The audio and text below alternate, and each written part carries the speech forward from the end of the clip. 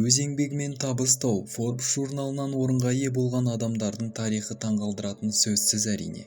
Бүгінгі шығарылымда үйсіздерге арналған жерлерде түнеп, танымал кәсіпкерге айналған Крис Гарнер туралы айтатын боламыз.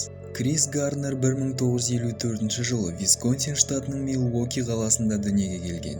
Балалық шағында анасы түрмеге жиі түсетін болған, ал өгей әкесімен қарым-қатынасы қиын болды.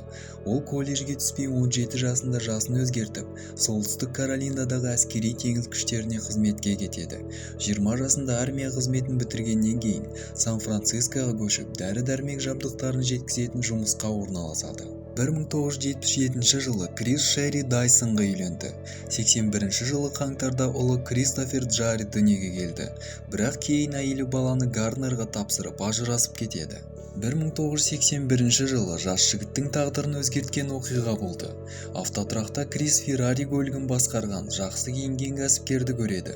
Ол брокер Боб Бриджес болатын. Екеуі әңгіме құрып, Бриджес Хаттон брокерлік курстарына жаңа танысын қабылдауға келіседі.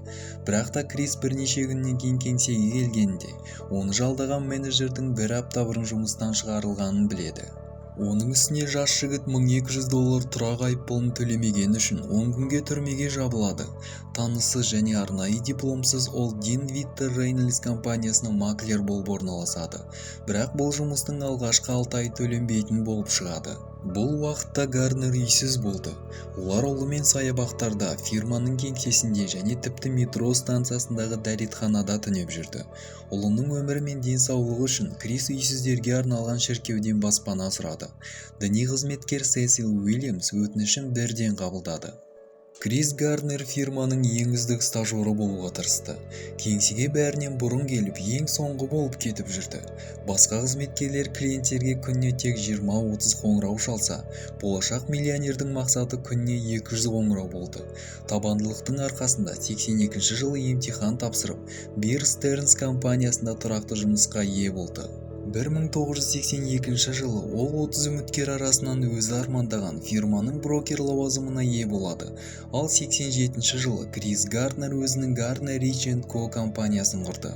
Компанияға инвестицияланған $10,000 2006 жылы сатылғаннан кейін бірнеше миллион долларды құрады. Қазіргі таңда Крис әртүрлі елдерде дәрістік сапарларға шығып, қайырымдылықпен айналысады.